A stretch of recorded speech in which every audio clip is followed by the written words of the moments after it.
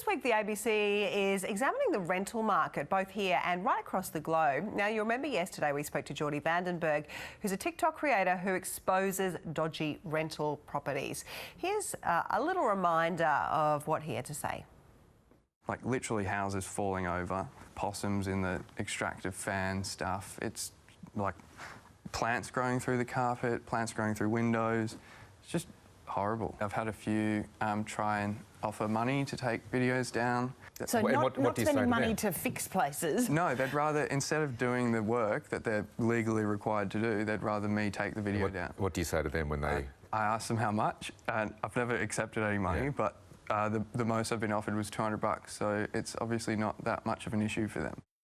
It was not very good. Let's take a look at the other side of the story then. This morning we're joined by buyer's advocate and property manager Miriam Sankula. Good morning, Miriam. Good morning, ma'am. You help investors buy properties to rent. Yeah. So how common is what we saw there from Jordan? Look, I don't think it's as common as people think in terms of the number of rental properties available. You know, we're talking about millions of rental properties, and there's always going to be a small number of landlords who do the wrong thing. How does that happen though? I mean, it's meant to be regulated. How is it that people get away with that kind of rubbish? Well, it is regulated. All the state regulations are in fact different. If we talk about Victoria, there are 14 minimum standards. There are significant protections for tenants in Victoria. Technically, if a landlord in Victoria chooses to self-manage their property and lease it out themselves, then the only recourse a tenant has is to take that individual landlord to VCAT, but they still have to meet their legal obligations, and many of them would not know what they are. If you rent a property through a property manager, again, if they don't ensure those 14 minimum rental standards are met, then they're legally accountable and financially accountable as well as the landlord themselves. OK, so there is an incentive there to manage properties well. Let's talk about the rental crisis, because, I mean, that is the cost of rent in this country has gone up so much. Are landlords gouging?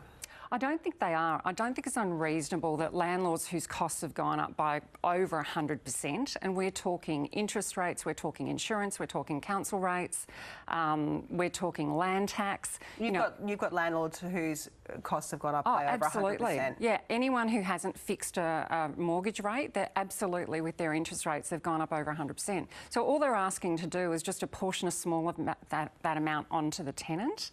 And there are definitely landlords who are reasonable. I mean, I've got clients whose brief was to buy property for affordable housing, where they specifically and deliberately want to put somebody in there who can't otherwise afford to rent. So it's definitely not everyone. It's unfortunately the commentary is really unbalanced. And most of these landlords are actually trying to self-fund their retirement. They're actually trying to take the burden off the government when it comes to retirement. So, what is the profile of a landlord? I mean, there are 2 million landlords in Australia. Most of them are so-called mum and dad investors. Exactly. What's their kind of financial profile? Yeah. Well, typically, surprisingly, 40% of all investors are actually earning less than $50,000 per annum. They tend to be over the age of 55, so that tends to be their retirement funding.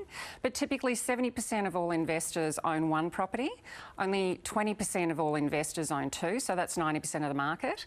And when you hear about these greedy landlords who have multiple properties, they're actually less than 1% of the actual overall market of landlords themselves. So we really need to focus on the fact that mum and dad investors are primarily 90% of the market. All they're trying to do is get ahead and create a bit of financial security. There are protections in place, but those properties that you saw being spoken about yesterday, they're the outliers. And just finally, we're seeing a lot of pressure on for more regulation, lots of pressure certainly from the Greens for rental caps. In Victoria, for example, there's more land tax if you own now more than 2 properties. What do you think is going to happen from a landlord's perspective in the next 2 or so years? I'm hearing of people exiting that market. There is definitely some of that. There are people who can't sustain the increase in costs.